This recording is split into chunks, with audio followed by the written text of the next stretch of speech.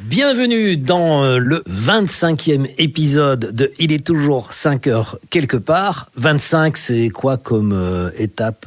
Argent. Voilà, donc le milestone d'argent. Bien, soyez donc les bienvenus et les autres également. Approchez-vous du poste, enfin, ou de, je sais pas, où enfoncez-vous plus profondément vos earpods ou vos earphones. Aujourd'hui, bien sûr, il y a notre camarade Marc Lacroix qui est aux manettes, lui aussi, qui est une sorte de Marc au doigt d'argent. Oui, puisque c'est fou, quelle maestria dans le mix. Ouais. Alors aujourd'hui, si je reprends l'actualité de la semaine, oui, c'est un peu le monologue de début. J'aurais bien envie de vous parler de Patrick Sébastien, mais c'est une autre émission. On pourrait parler de l'outing de Harry Styles au Saturday Night Live, mais on va reparler de Harry Styles, mais pour des raisons plus musicales et moins privées. On pourrait aussi parler des Oscars. Mais en vrai, on va plutôt s'attarder sur les sorties musicales de la semaine. Et là, on ouvrait avec un nouveau titre extrait d'un album. Dieu sait si elle cultive le suspense. Album qui sortira le 27 mars. C'est le nouvel album de Robyn. Alors, elle distille les titres vraiment au compte-gouttes. Elle sera chez nous le 30 juin à l'ING Arena. Mais lorsqu'elle arrivera chez nous, elle sera terriblement déjà échauffée et surchauffée par les 10 stade Johan Cruyff à Amsterdam qu'elle fera en ouverture des concerts de, on y revient déjà, de Harry Styles. Punaise, il avait commencé avec 6, 2 dates ont été rajoutées, on est maintenant à 10, donc il sera du 16 mai au 4 juin au stade d'Amsterdam pour 10 dates, 10 concerts. J'ai fait le calcul rapidement, enfin c'est facile, 60 000 fois 10. Faites le calcul, c'est hallucinant, juste pour le Benelux.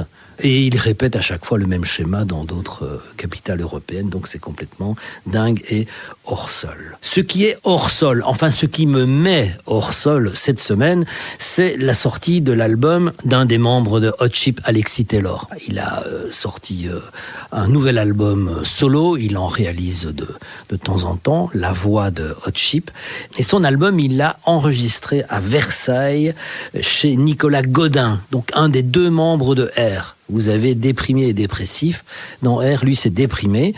Et puisque son album a été enregistré dans les beaux quartiers de Paris et alentours, il a intitulé son disque Paris in the Spring. Donc il aurait pu faire Versailles in the Spring, mais je suis pas certain que ça parlait à tout le monde. Donc c'est Paris in the Spring. Et sur cet album, il y a une volée d'invités qui sont des Français. Nicolas Godin, je pense, joue de la basse sur quelques titres, puisque c'était chez lui, donc il joue à domicile. Il y a aussi Étienne de Crécy qui est passé par là. Le groupe Paradis, vous connaissez ce groupe, ce duo français. Et puis aussi des invités, dont un invité qui me tient particulièrement à cœur, puisque c'est Green Gartside, la voix de Scritti Politti. Alors, talent absolument exceptionnel, Green Gartside, qui est responsable d'un des disques les plus...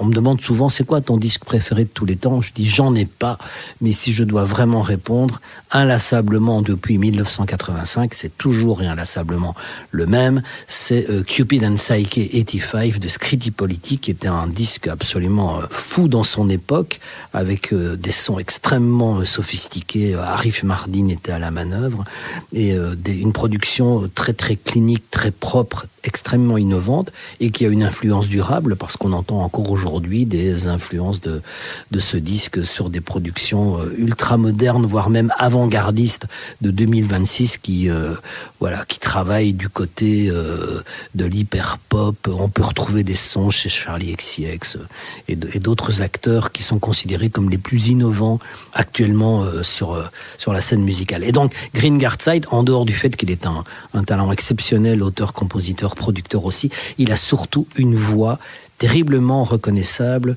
à la fois légère, claire, précise, et qui s'adopte parfaitement aux arrangements pop assez raffinés. En vrai, ce type, il a une mélodie. On dit, il y a des gens, ils ont la vis comica, donc ils sont naturellement drôles. Et lui, il a le sens mélodique naturellement implanté dans sa voix. C'est donc sur l'album d'Alexis Taylor, qui est sorti ce week-end, l'album Paris in the Spring, ce duo avec Green Gartside.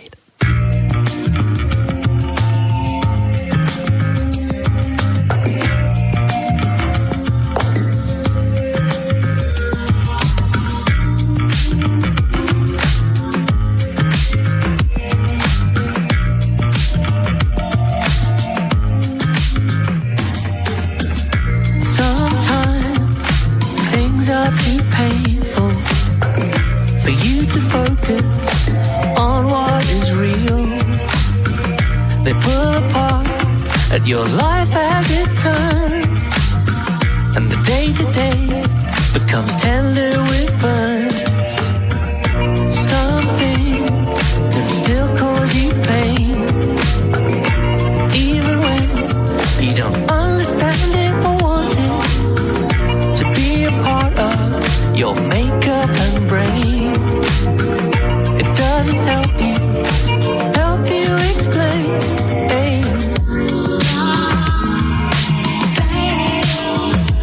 What if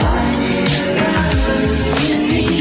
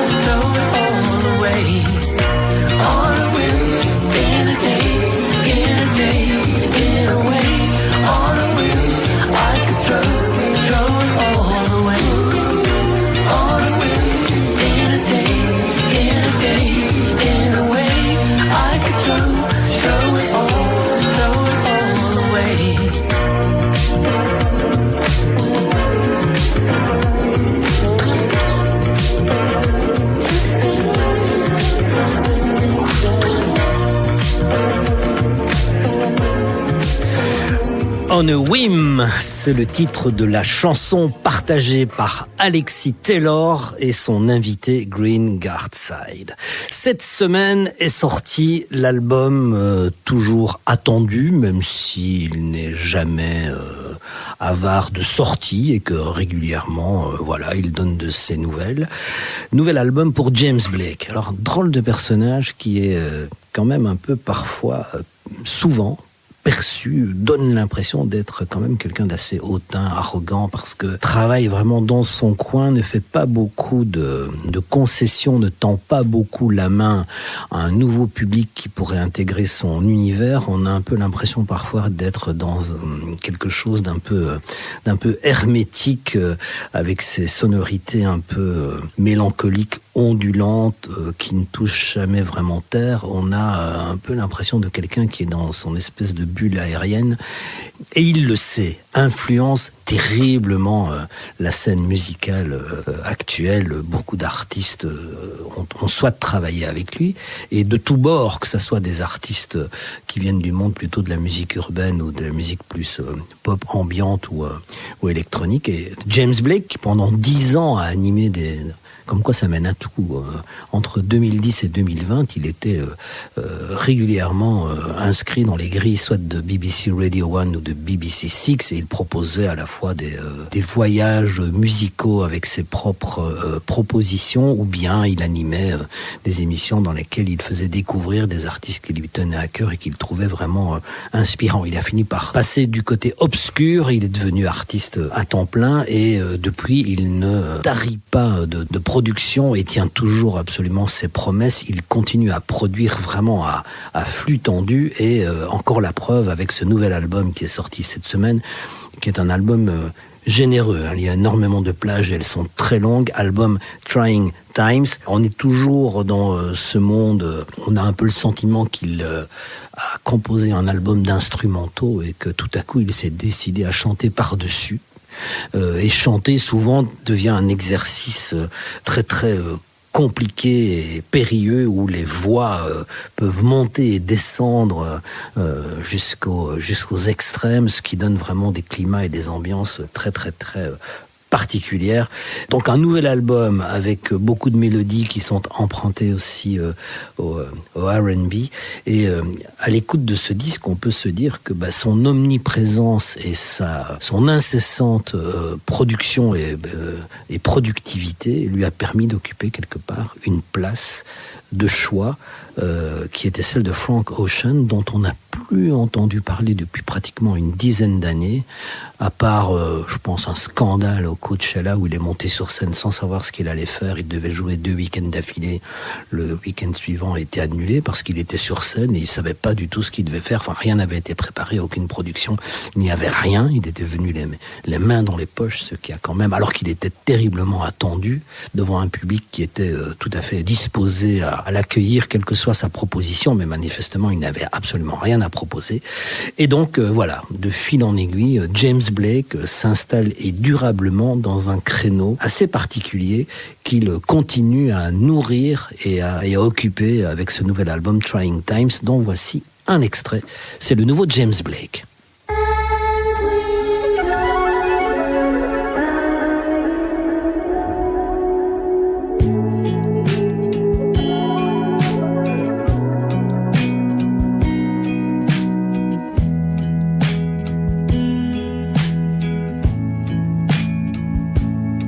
You know I'm shredded by the time I'm home. Like polystyrene foam, and the jealous end up alone. 'Cause there are things that they can never know. I'm an eyesore, you're a sight for sore eyes. You're the life force, you're the life force I would die for.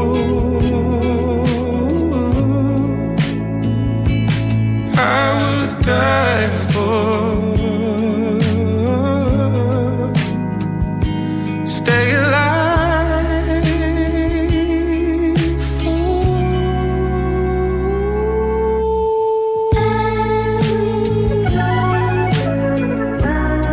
we go through trying times.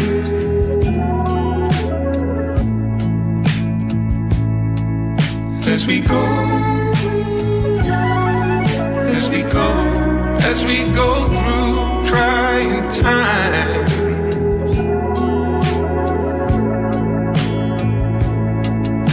I'm breaking, I hide it well, 'cause I can't afford to replace the shell.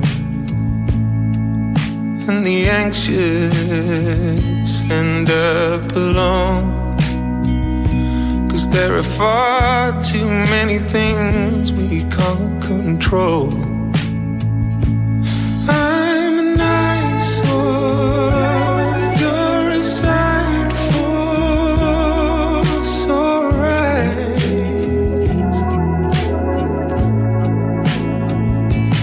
You're the life force, you're the life force I would die for. I would die for. Be terrified for. Simplify for. And stay alive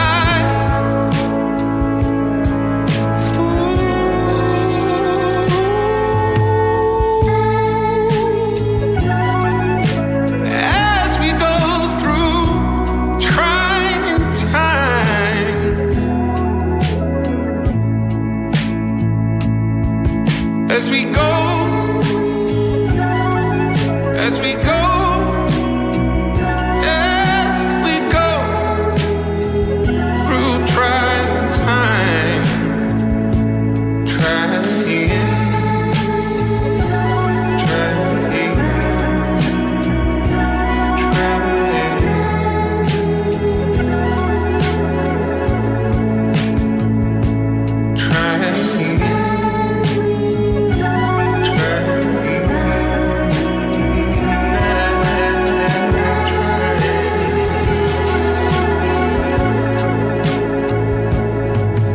as we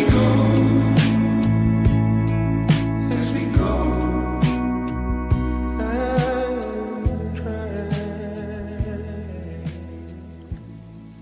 C'est pas normal qu'une chanson comme ça se termine par un fade-out. On dirait un 45 tours yéyé français de Claude François ou de François Valéry, où pendant le type continue de chanter et on fond. C'est pas normal pour un type comme James Blake.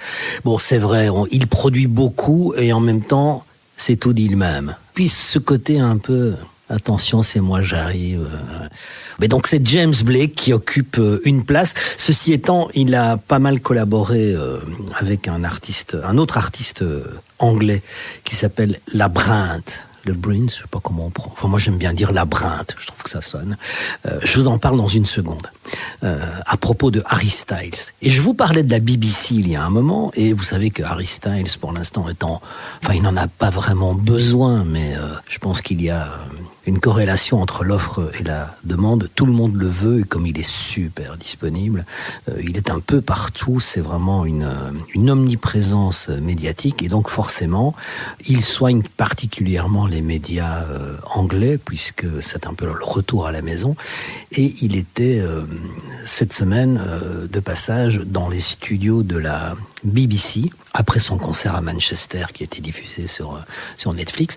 Et donc, je ne sais pas si vous vous souvenez, je pense qu'on l'avait même diffusé, enfin dans une vie antérieure, je suis certain de l'avoir diffusé, et même à 2 reprises, mais je pense qu'on l'a diffusé dans un épisode de ce podcast. À la BBC, il avait eu l'audace, l'outrecuidance de reprendre Peter Gabriel, Sledgehammer. Et donc il est repassé dans les studios de la BBC pour jouer quelques titres de son nouvel album en session live avec une partie de son groupe, parce que sur scène c'est énorme, il y a une chorale et tout ça, donc là c'est une partie du groupe, donc en formule réduite, et il s'est attaqué, puisque c'est chaque fois l'exercice qui est demandé, quelques plages, quelques chansons du répertoire de l'artiste, mais il doit aussi se plier à l'exercice de la reprise, et cette semaine pour la BBC, il a repris Everybody Wants to Rule the World de Tears for Fears, et évidemment c'est totalement réussi.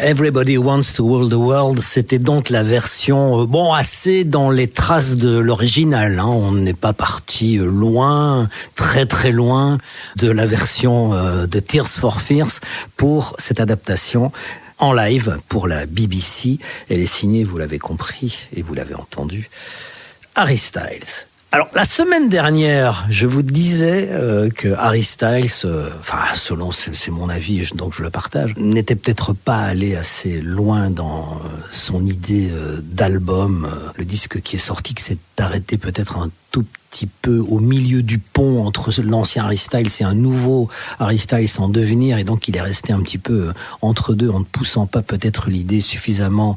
Il a peut-être pas été jusqu'au boutiste sur cet album pour différentes raisons. probablement un petit peu de frilosité, et puis peut-être aussi le fait de ne pas avoir intégré dans son équipe des nouveaux noms qui auraient tout à coup redécoré la pièce et bougé les meubles. Et je pointais aussi le fait que Harry Styles, pour son plus grand malheur, enregistre pour le label Columbia, que j'ai même traité à la manière d'un Patrick Sébastien, de tocards, les tocards de chez Columbia qui ont déjà flingué la carrière de Girl in Red, qui vient de quelque chose d'extrêmement original, d'enthousiasmant, et qui aujourd'hui fait une sorte de musique, on dirait les Cardigans, quoi. Ça ressemble à rien. Et donc, Columbia, j'étais sur mon téléphone, comme trop souvent, me dit mon entourage, jeudi soir, et je suis sur un fil d'information qui fait passer une déclaration qu'un artiste anglais qui s'appelle Labrinth vient, de son nom Timothy McKenzie, mais son nom d'artiste c'est Labrinth, j'aime bien dire Labrinth, qui est compositeur, interprète, musicien, producteur, voilà, il est anglais. Il a tweeté jeudi soir un tweet de rageux à propos de son activité. Alors, je vous explique. Labrinth, c'est donc un producteur, il est plus producteur que musicien, même si, en fait, il y a une frontière assez floue entre les deux. Il enregistre beaucoup de choses, mais il est aussi à la manœuvre d'énormément de projets dans l'ombre des studios. Il a un groupe aussi qui s'appelle LSD, L pour Labrinth, S pour Sia et D pour Diplo, donc c'est un trio. Il a travaillé aussi pour Billie Eilish, Labrinth. Mais surtout, c'est le directeur musical de la série culte de HBO Euphoria. 2 saisons, une 3e saison est attendue pour le 12 avril. On sait que cette série est assez chaotique, il y a toujours des problèmes de casting, il y a des problèmes avec les comportements sur le plateau, l'alcool et la drogue circulent. Alors, est-ce que ça fait partie de la légende de la série ou est-ce que c'est avéré? Quoi qu'il en soit, c'est une série qui est aussi, un peu comme White Lotus, un révélateur de talent. Cette série a mis en avant Zendaya, Sydney Sweeney, Hunter Schafer, Jacob Elordi. Énormément de talent passe par Euphoria, et musicalement aussi, cette série a marqué de son empreinte la manière d'utiliser la musique, les reprises et les ambiances, et tout ça, on le doit à Labrinth, qui est vraiment le directeur musical de Euphoria. Il y a quelques semaines, il a sorti un album qui a pour nom Cosmic Opera Acte 1. Et donc, vous l'avez compris, dans cet album, qui n'est peut-être pas aussi extrémiste que celui de Rosalia Lux, il partage avec elle un ADN commun, dans la mesure où les 2 albums proposent quelque chose de résolument flatteur, grandiose, ambitieux, et qui flirte aussi avec la musique classique et avec l'opéra. Mais on le comprend, un type comme Labrinth, c'est un talent qui fonctionne à plein régime, à condition qu'il fonctionne selon ses propres termes, et on n'a pas à lui dicter ce qu'il a à faire. Vous allez l'entendre, son album est absolument incroyable et très, très particulier. En tout cas, il dénote des productions actuelles qu'on peut entendre. C'est clair qu'aux États-Unis, un type comme Labrinth, avec Metro Boomin, avec Deder, fait partie vraiment de la nouvelle génération il est anglais, mais il travaille beaucoup aux États-Unis. Vraiment fait partie de la nouvelle génération des producteurs qui impriment un nouveau son dans les disques et dans les enregistrements des artistes qui sont les plus en vue et qui veulent vraiment opérer une mutation dans leur son et dans leur manière d'enregistrer en studio. Et donc, j'en reviens à jeudi soir. Qu'est-ce qu'il tweet Labrinth? C'est totalement étonnant et surprenant, voilà, contre toute attente. Il dit « J'en ai fini avec cette industrie, va te faire foutre Euphoria, va doublement te faire foutre Columbia, je me tire, merci et bonne nuit. » Et depuis, plus de nouvelles.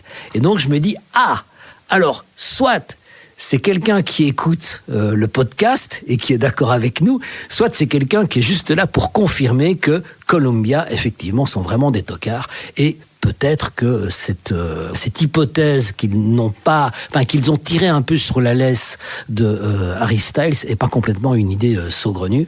Quoi qu'il en soit, donc Labrinth est très très fâché à la fois sur Columbia et sur HBO et sur la production de Euphoria, dont le premier épisode de la nouvelle série est attendu pour le 12 avril.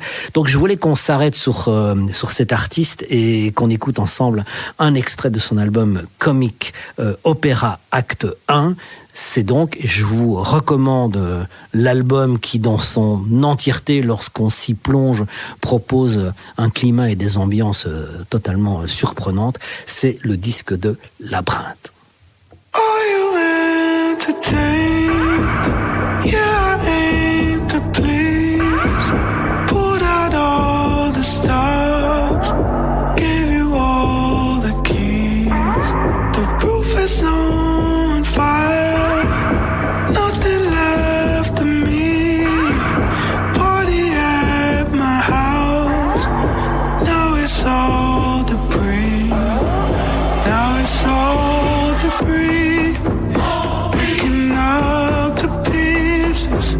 Just another morning. Same old routine. Now it's all debris. I don't know these people. Welcome to the ruin. I'm the centerpiece. What the fuck am I doing?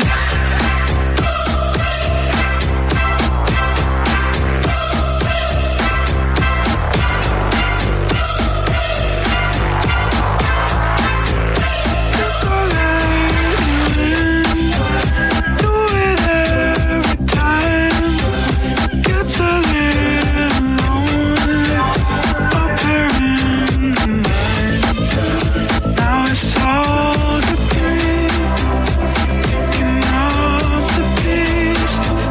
Take what don't belong to you when you take your leave. Now it's all debris. I don't know these people. Welcome to the ruin. I'm the centerpiece. Fuck am I doing?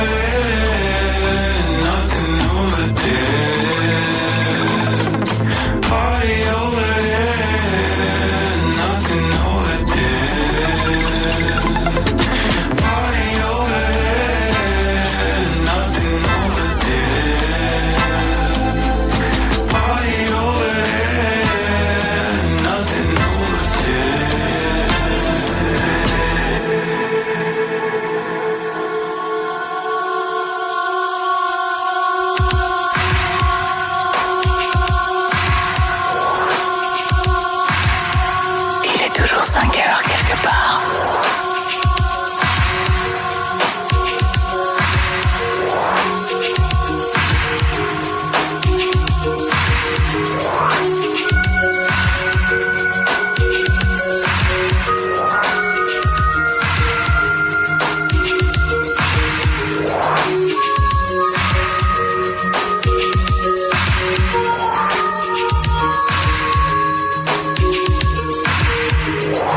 Back in Nagasaki, I got married to Jojo Sand.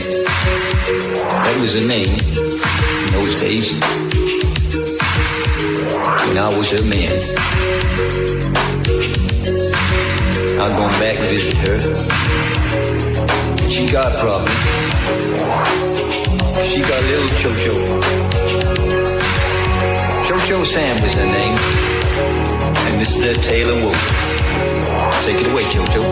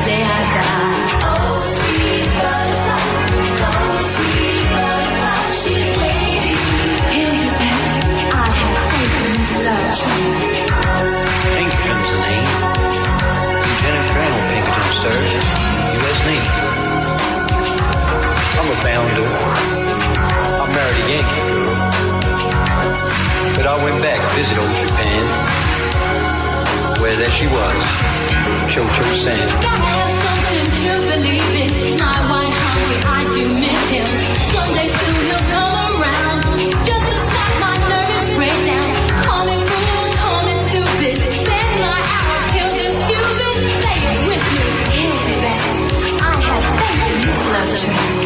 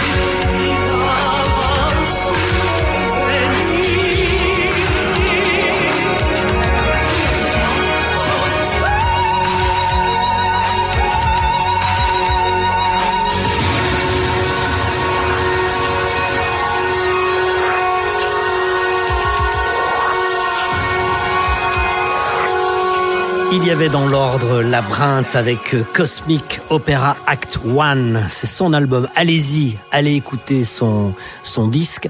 Et à l'instant, je ne sais pas pourquoi, mais en écoutant l'album de Labyrinthe, qui évidemment fait référence, il y a en tout cas un cousinage à faire avec l'album de Rosalia, puisque ça mélange pour partie de la musique dite classique, ou en tout cas de la musique empruntée au style de l'opéra, à défaut d'en être réellement. Je me suis dit, mais finalement, tous ces gens n'ont jamais pris la peine en interview, quand on leur demande d'où vient leur inspiration, de citer ce qu'on vient d'entendre à l'instant, à savoir Malcolm McLaren avec Madame Butterfly, qui en 84 a été le premier à mélanger ainsi une sorte de rap, évidemment, de beat saccadé, plutôt emprunté à la musique urbaine, avec aussi un peu de pop, des passages plutôt parlés, et puis aussi une partie d'opéra. Même si c'est de l'opéra de cuisine, puisque la chanteuse ici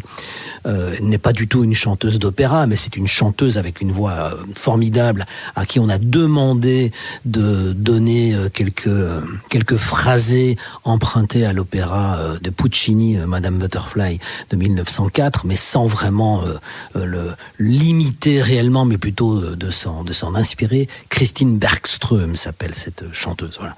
Et au final, en fait, tout ça est passé un peu... c'était un énorme tube au moment où c'est sorti, c'était totalement hors piste, et avec le temps, je pense que l'héritage de Malcolm McLaren est passé complètement sous les radars parce que considéré comme un calculateur, un provocateur, un visionnaire, mais surtout du marketing. On le rappelle, un manager des Sex Pistols, c'est lui, il dit qu'il a inventé en fait le punk et que c'est tout à fait quelque chose de créé artificiellement et que ce n'est pas du tout un mouvement spontané qui est né à Londres. Voilà, comme l'histoire avec un grand H a pu le raconter, l'histoire avec un petit H, c'est plutôt un moment de marketing disruptif au moment où la pop musique était un peu de ronronner et de s'endormir. Mais donc le type étant considéré comme un charlatan, une sorte d'escroc, de mégalomane et de fumiste,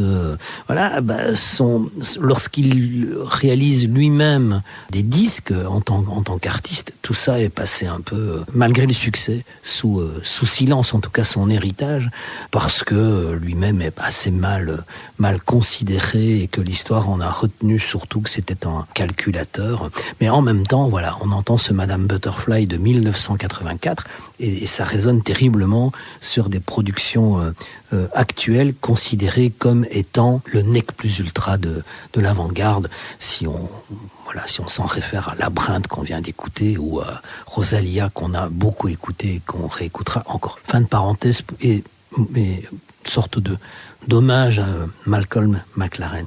Et à propos de marketing, je sais pas si vous comme moi, vous recevez parfois dans si vous êtes abonné à une plateforme de streaming, dans vos playlists chaque semaine, on vous bourre parfois des trucs, mais à répétition, dont vous n'avez strictement rien à faire. Et vous dites, mais normalement, l'algorithme doit se caler sur mes goûts et sur mes réflexes lorsque je recherche un artiste ou un style musical, et me proposer ce qui cadre avec mes recherches et avec mes goûts pour ouvrir l'horizon, mais dans un monde qui est celui dans lequel je me sens plus à l'aise et que j'ai envie d'écouter et d'approfondir. Mais moi, je me souviens à l'époque où l'album, je crois que ça s'appelait Rodeo, j'en suis même plus sûr, de Beyoncé est sorti, j'avais dans mes playlists, mais toutes les semaines Beyoncé, mais je n'en avais strictement rien à foutre. Pour l'instant, j'ai tout le temps Arlo Parks, que je déteste, et qu'on me bourre dans les playlists. Et donc, je peux pas croire que quelque part, il n'y a pas dans ces playlists une sorte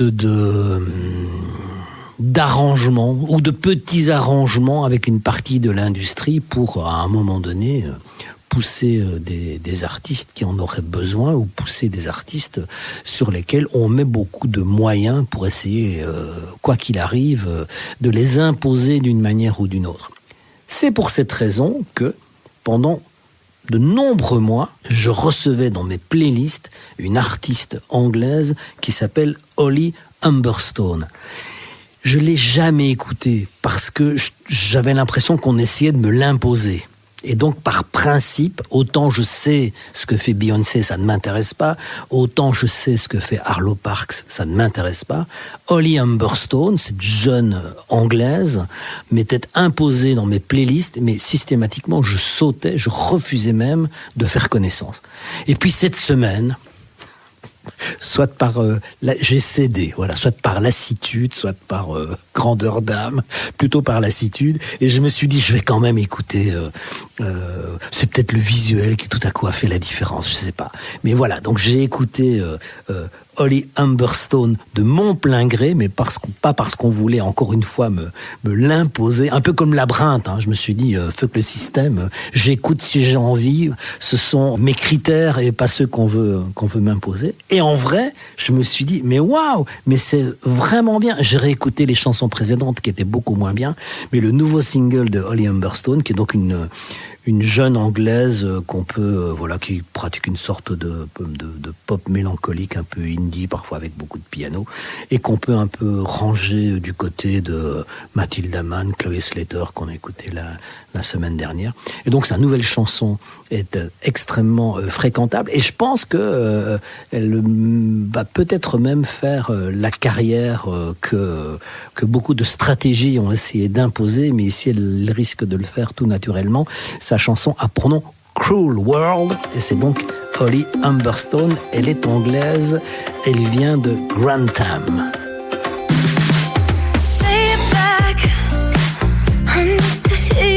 Your baby back. I play it cool. I miss your kisses on the feedback loop. And now the lights are getting low. Miracles and pheromones. I can be a social hand grenade. Tick, tick, tick, tick, boom. And everybody's getting close, taking off each other's clothes. No wonder where you are tonight. It's a cruel world without you, baby. It's a cruel world. Sugar, don't you be running away for long, please. Let's catch a movie and get caught in the rain. Wherever you are is my favorite place. It's a cruel world without you, baby.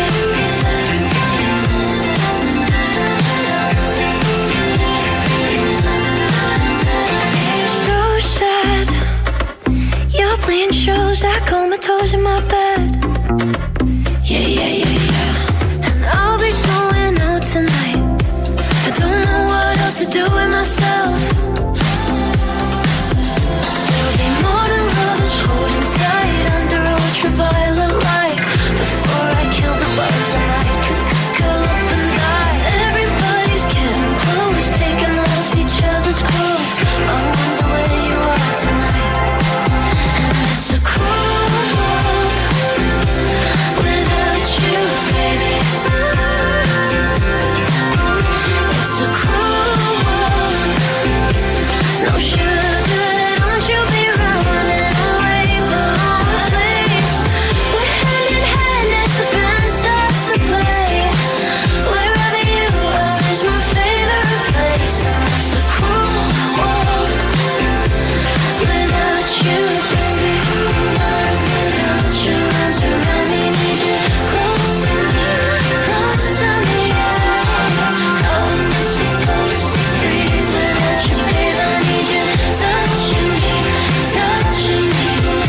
It's a cruel world without you, baby. Oh, yeah, it's a cruel world. Sugar, don't you be running away for long, please. Take off your shoes and stick around for a change. It could be real cute if this time you stay. It's a cruel world without you, baby.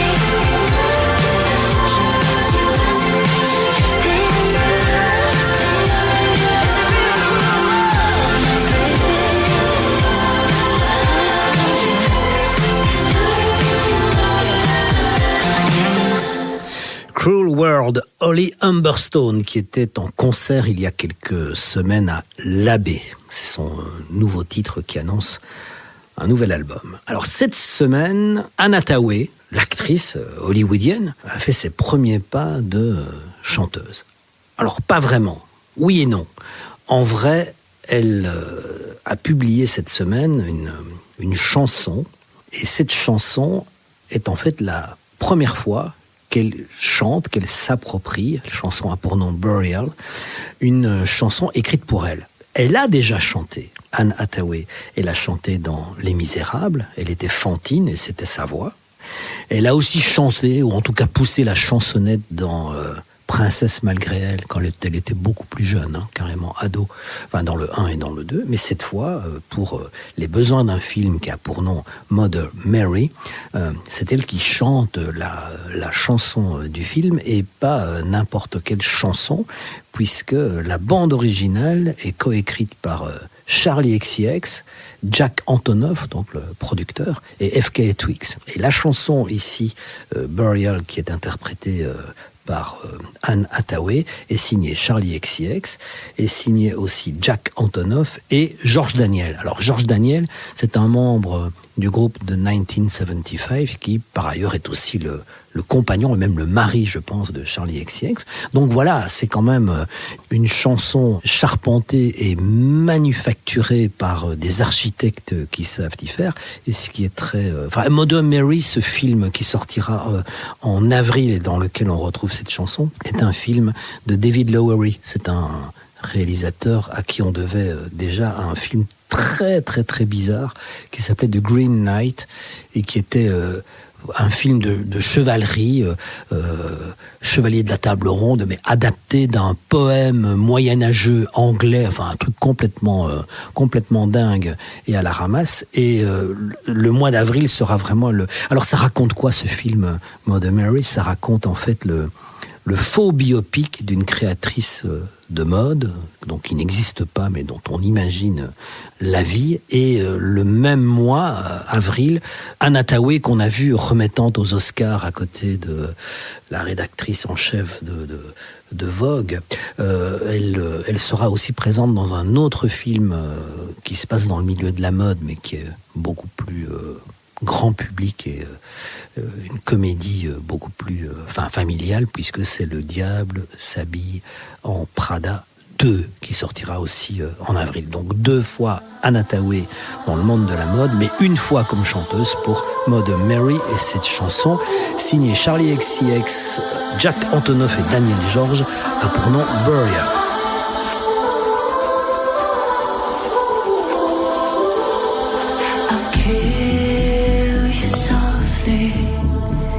So sweetly, kindly, mesmerizing.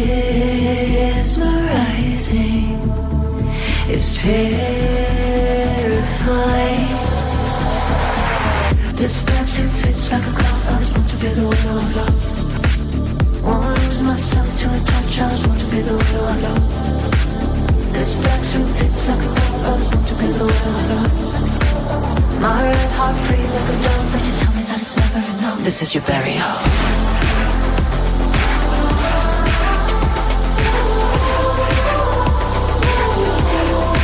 This is your burial.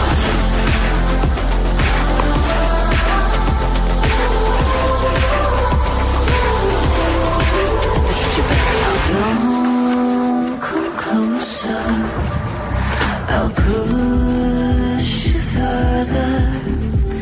I'm mesmerizing.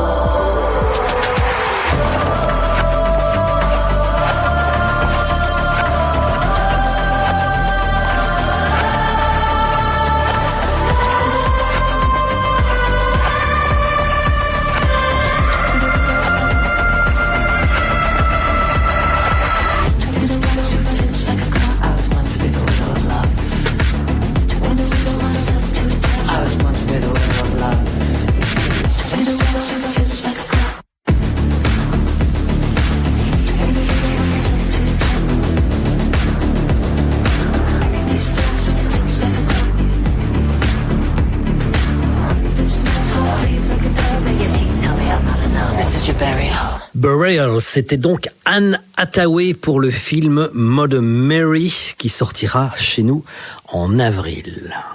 Alors cette semaine, dilemme. Je voulais vous proposer d'écouter Beabadoobee parce qu'elle est présente sur ce disque inépuisable, ce disque caritatif War Child, où elle y va de sa reprise d'une chanson d'Elliott Smith. C'est comique parce que cet album de chansons qui vient en aide aux enfants victimes de guerre, en fait permet aussi à beaucoup d'artistes d'aller redécouvrir le répertoire d'auteurs, compositeurs, interprètes relativement méconnus ou en tout cas sous-estimés. On l'a entendu la semaine dernière avec Olivia Rodrigo qui reprenait de Magnetic Fields.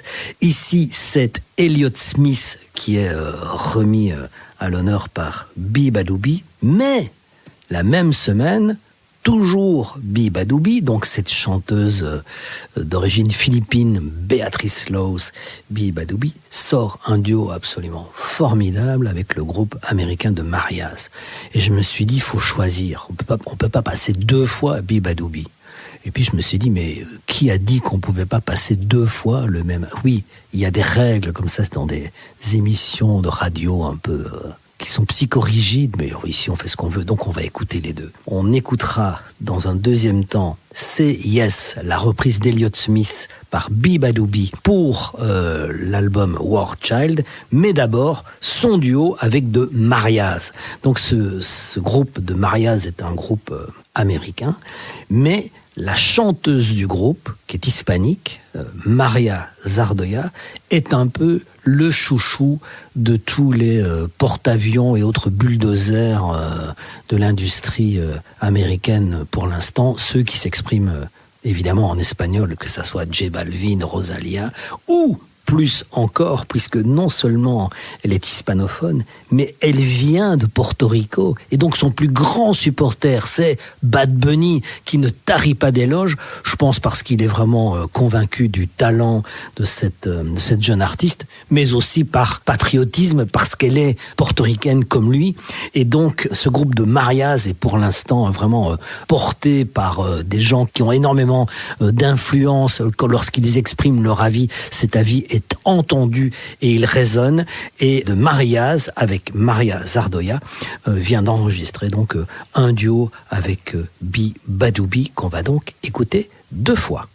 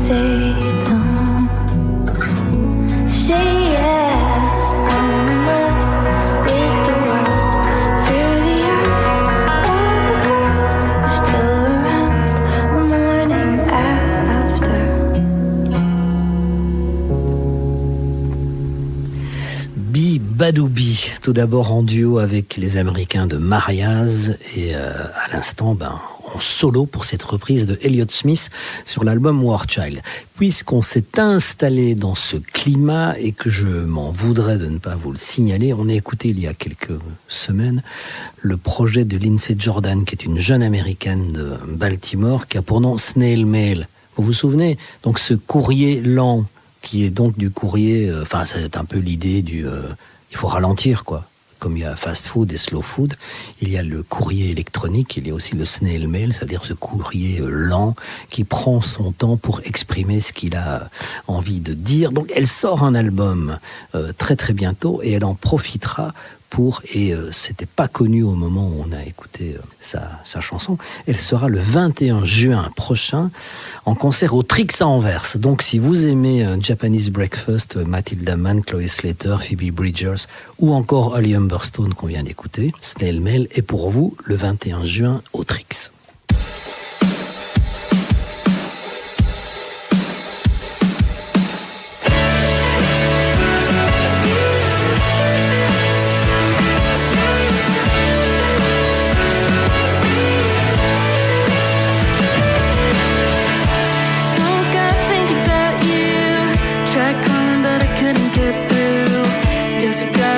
Shit to do. These days I don't recognize you.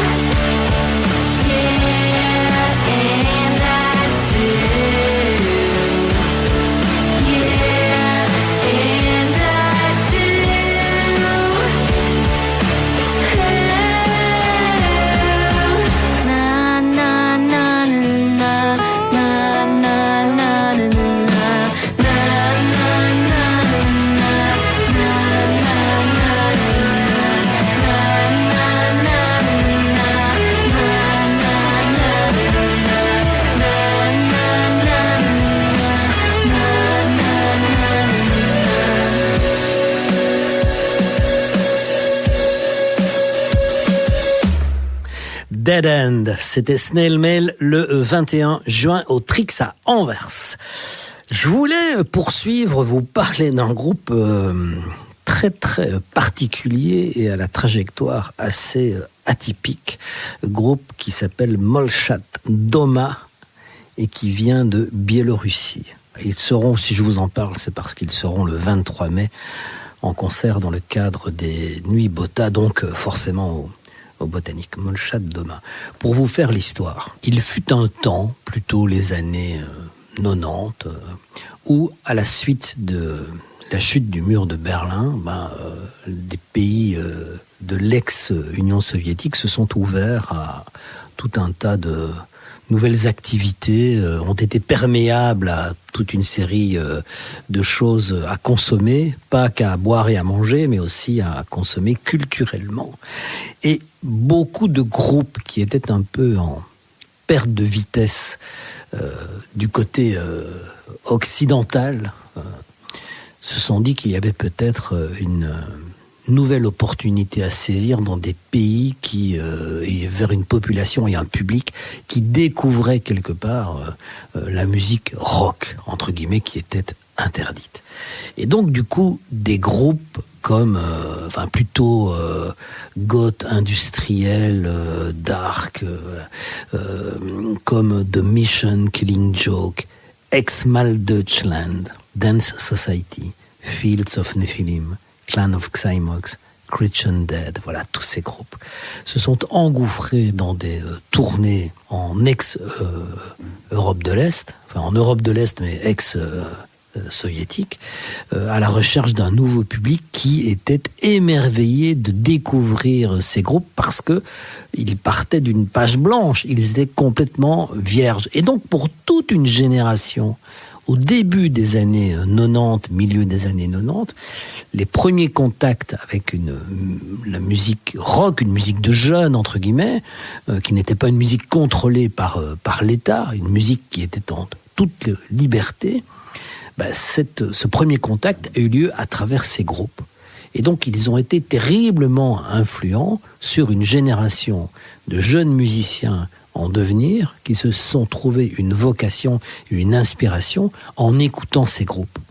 Et Molchat Doma, en 2017, est un groupe qui s'est terriblement inspiré de ces groupes un peu dépassés ou has-been pour nous, publics européens ou américains, mais qui était une découverte absolue pour un public qui n'avait jamais été touché par rien et qui voyait pour la première fois ce genre de musiciens de musique et de prestations en live venir les voir chez eux. Donc, inspiré par toute cette scène, ce groupe, ce trio a commencé à évoluer, à écrire et à enregistrer une espèce de post-punk, new wave, synth-pop sombre, à l'image des groupes qu'ils avaient découverts en étant beaucoup plus jeunes.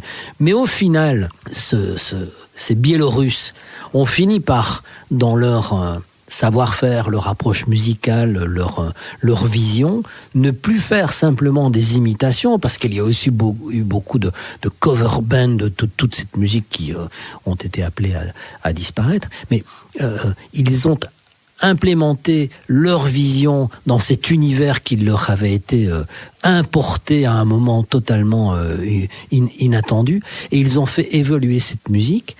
On finit par trouver un créneau, une niche. La niche est devenue de plus en plus grande. Le groupe a déménagé et s'est installé aux États-Unis.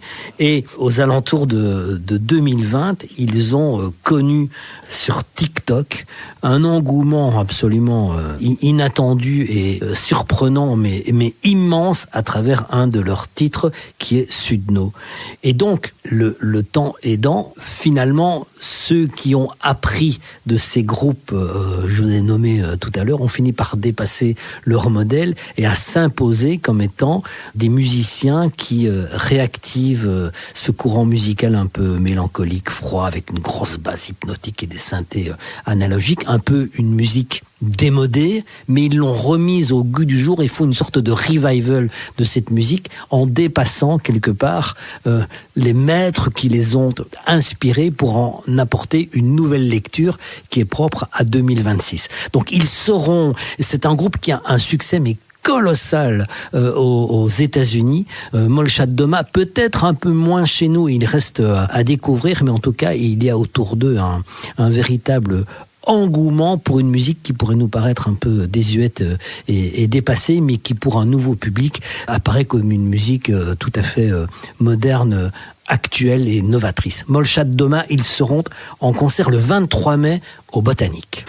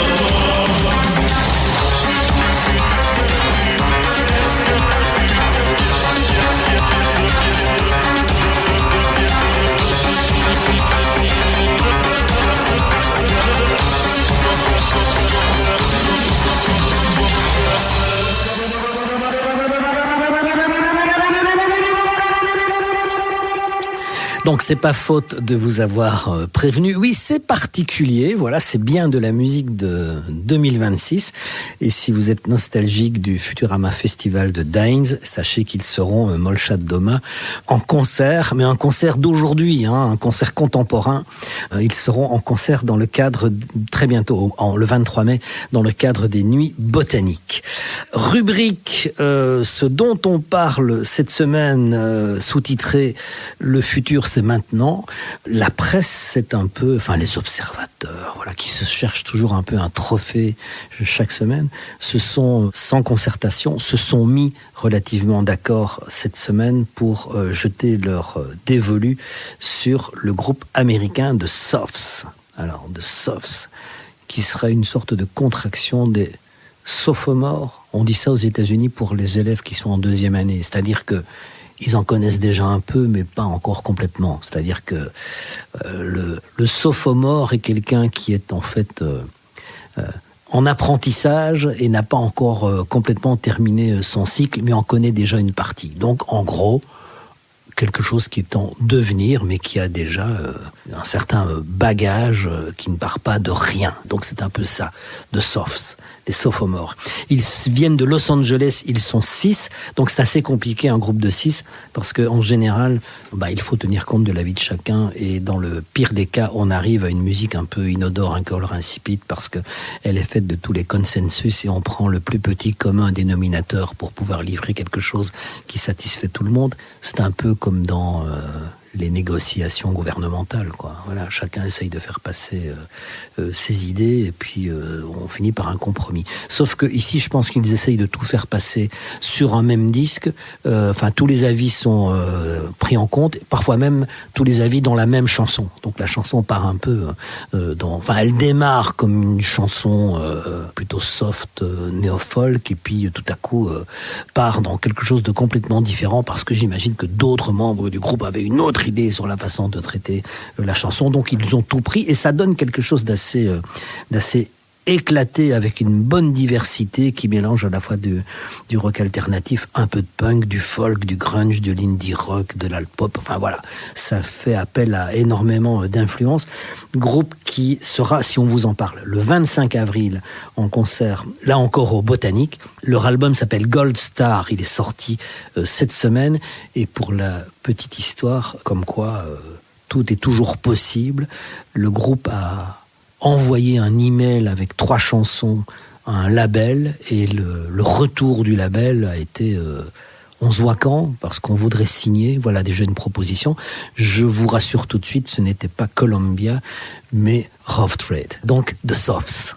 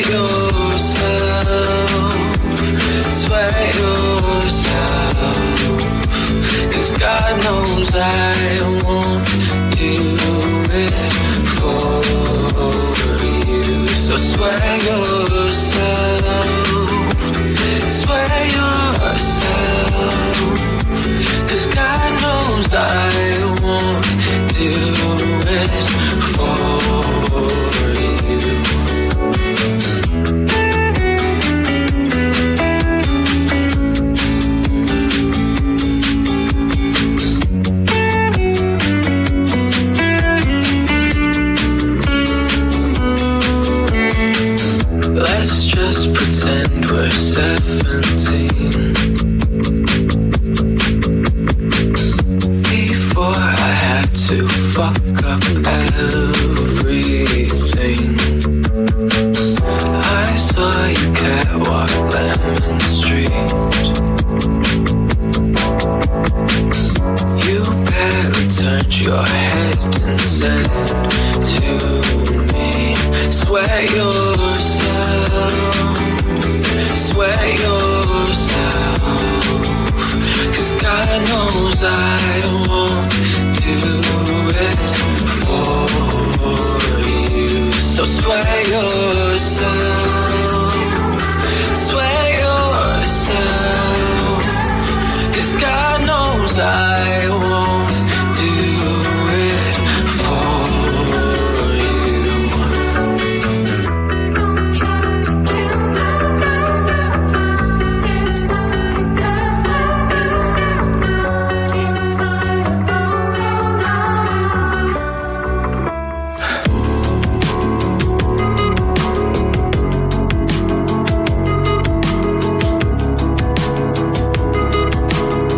Il est toujours 5 heures quelque part. Premier jour sans toi, entre désert et Niagara, flottant tel du pollen, je parle avec ma peine. Tu es bien quelque part, au loin dans mon regard.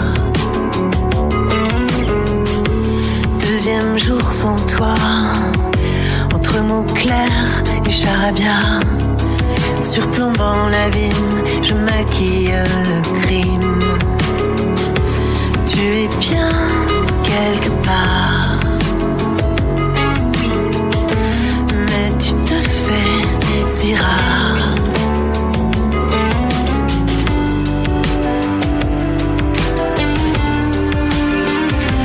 Quelque part, quelque part,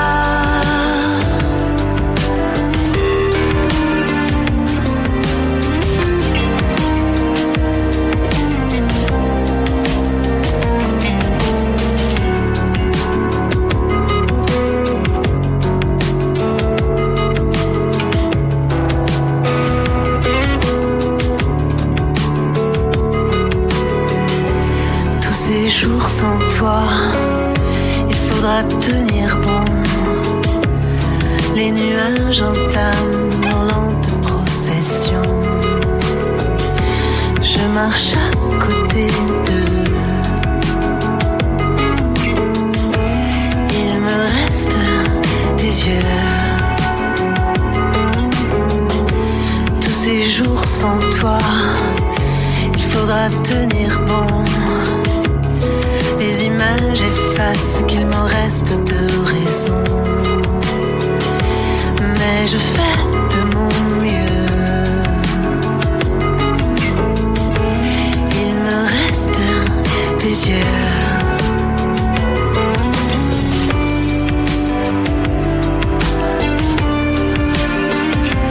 Quelque part,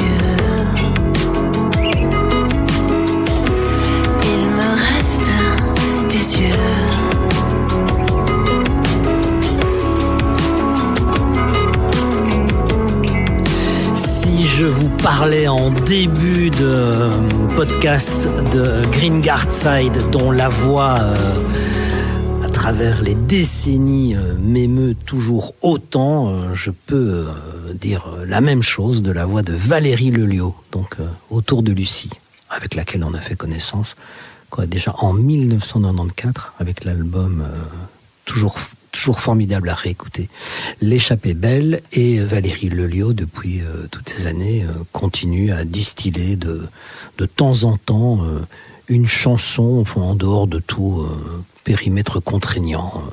Voilà, c'est au rythme de l'inspiration.